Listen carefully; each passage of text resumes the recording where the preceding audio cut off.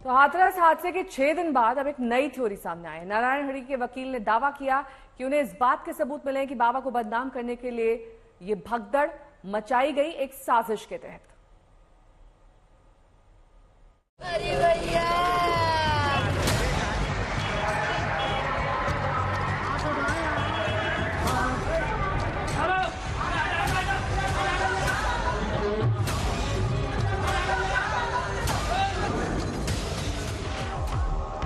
क्या हाथरस हादसे के पीछे थी किसी की सोची समझी साजिश? क्या लोगों को मारने के लिए रचा गया था जहरीला प्लान? क्या लाखों की भीड़ में छिपे थे भगदड़ मचाने वाले आरोपी? और सबसे बड़ा सवाल यह कि क्या भगदड़ की वजह से नहीं, जहरीली गैस की वजह से हुई थी 121 लोगों की मौत? नारायण साकार हरि उर्फ सूरजपाल के सत्संग में हुए हादसे को लेकर अब एक नई थ्योरी सामने आ रही है। बाबा सूरजपाल की तरफ से यह दावा किया जा रहा है कि यह हादसा नहीं था, बाबा को बदनाम करने के लिए लोगों की हत्या की गई। इस नई थ्योरी के तहत किए जाने वाले दावों को हम एक एक कर बताएंगे। पहले सुनिए बाबा का वो बयान जो पहली बार हादसे के 4 दिन बाद सामने आया और जिसमें बाबा ने इस घटना के लिए उपद्रवियों को जिम्मेदार ठहराया। 2 जुलाई की घटना के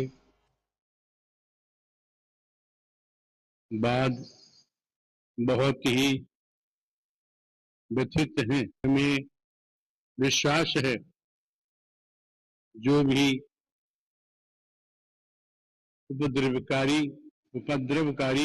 हैं वो बख्शे नहीं जाएंगे। और इसके ठीक अगले दिन बाबा के वकील मीडिया के सामने आते हैं और उपद्रवियों की साजिश का पूरा लेखा जोखा सामने रखते हैं। बाबा के वकील एपी सिंह इस दौरान हादसे की नई थ्योरी का पहला खुलासा करते हैं। केवल भगदड़ नहीं है, जो भगदड़ और स्टैम्पेड करके कहा गया, जैसा मैंने आप लोगों से कहा था कि 15-16 लोग जो आइडेंटिफाइड किए जा रहे थे इस साजिश में, बहुत ही षड्यंत्र और साजिश के तहत इस घटना को नारायण साकार हरि के खिलाफ एक सोची समझी साजिश, केवल बदनाम नहीं करने और भी उनके साथ कार्य करने के लिए साजिश रची गई थी। एपी सिंह ने बताया कि ये जानकारियां उन्हें इंस्टाग्राम और फेसबुक पर कुछ लोगों ने दी हैं और जानकारी देने वालों ने कहा है कि वो सुरक्षा मिलने के बाद अपनी पहचान जाहिर करेंगे।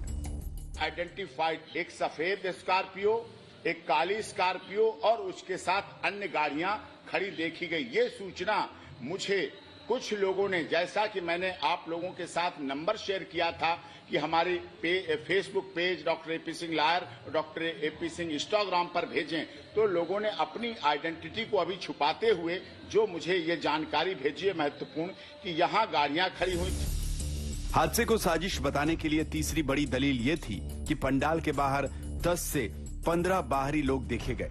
बाबा के वकील का कहना है कि यही लोग हाईवे की तरफ भागते देखे गए। यहाँ जो लोग, जो मैंने कहे थे 15-16 लोग, वहां हट्टे कट्टे हाफ पैंट पहने गमछा डाले वो व्यक्ति थे जिन्होंने वो जो भगदड़ की। हाथरस हादसे की इस नई थ्योरी के मुताबिक महिलाओं की तरफ ही जहरीला स्प्रे किया गया और इसी वजह से महिलाएं बेसुध होकर गिरती चली गई। लगातार वो गमछा ऐसे डाले हुए थे और जिससे स्प्रे छिप सके, स्प्रे को उल्टा करके ऐसे जिससे तेजी से निकल सके डाउन में, और ऐसे हाथ से दबा हुआ, और वो भागते रहे, गिराते रहे, लोगों को भागते रहे। पीछे से जो प्रत्यक्षदर्शी उन्होंने बताया कि भागते समय एकदम थोड़ी देर में ऐसा होता था महिलाओं के साथ, एकदम अपने आप गिर जाती थी और गिर जाती थी, नीचे गिर जाती थी। गिरने के बाद कोई भाग रहा है, कोई गिर रहा है, कोई अधमरा हो रहा है, किसी की सांस छूट रही है। हाथरस हादसे पर सबसे ज्यादा सवाल इस बात पर उठे कि 121 मौतों के लिए जिम्मेदार कौन है।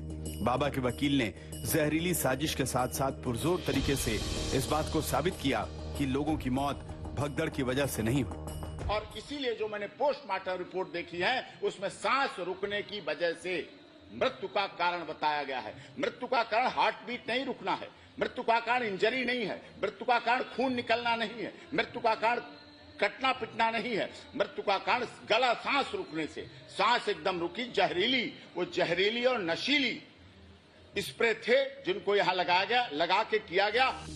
एपी सिंह ने जहरीले स्प्रे की घटना का बाकायदा डेमो भी किया और बताया कि ये साजिश लोगों को मारने के लिए ही रची गई थी। इस तरह के थे और जैसे इस तरह में करते हैं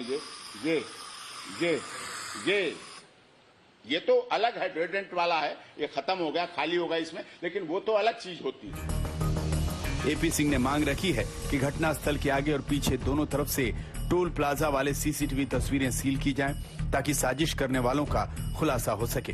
हाथरस सत्संग से जुड़े तमाम दस्तावेजों के साथ एपी सिंह ने माना कि इस आयोजन के लिए सिर्फ 80,000 लोगों की इजाजत ली गई थी। अरविंद ओझा के साथ आज तक ब्यूरो।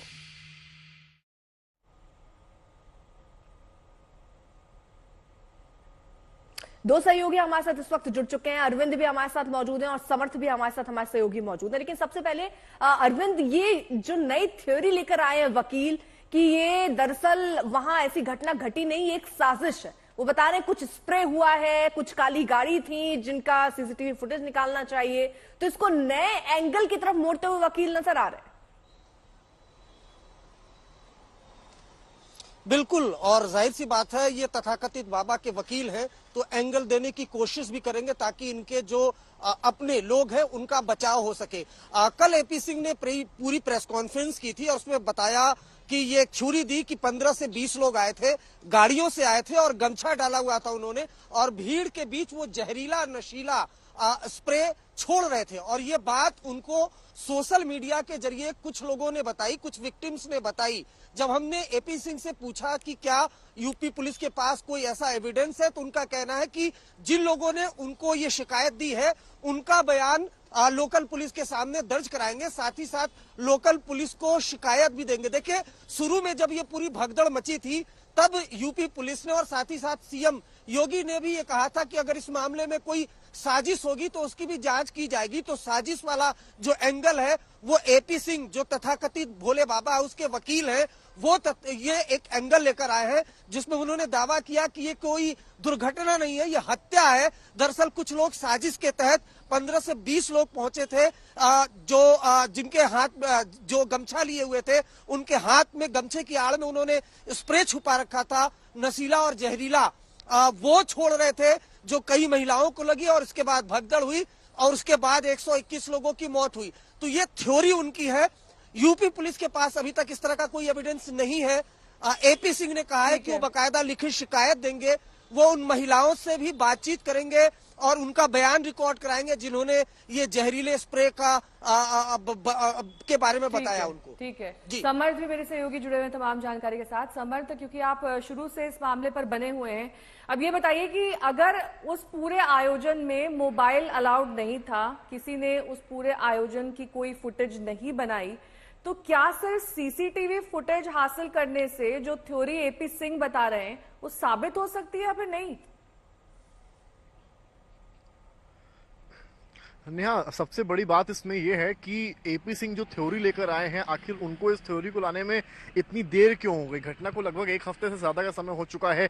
ये सारी बातें उस वक्त क्यों नहीं उनके पास थी या जानकारी में आई कि इस तरह के जहरीला पदार्थ है, या फिर पोस्टमार्टम में ये सब चीजें उनके नॉलेज में आई हैं जिसमें कि मौत जो है वो कहीं ना कहीं चोट से नहीं हुई है बल्कि बेहोश होने से हुई है या कहीं ना कहीं अन्य चीजों से हुई है। ये भी एक सवाल है, शायद इसकी भी जांच होनी चाहिए, होगी। पर इस वक्त हम मौजूद है मैनपुरी में और मेरे ठीक पीछे जो है वो बाबा का वही आश्रम है जिसको लेकर चर्चा इस बात की है कि क्या बाबा सूरजपाल हरि नारायण इसी आश्रम में छिपे हैं।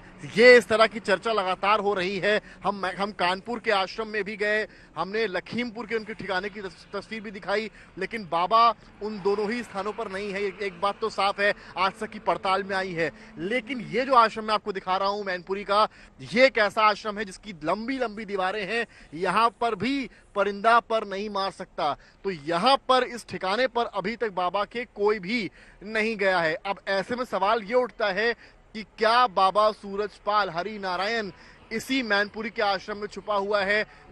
क्योंकि एफआईआर में नेम्ड नहीं है इसलिए पुलिस तो यहाँ पर है। आपको इंतजाम भी दिखा दूं मैं, यहाँ पर आप देखेंगे यहाँ पर बड़े बड़े ट्रक्स खड़े हैं, पीएसी के जवानों के ट्रक्स खड़े हुए हैं।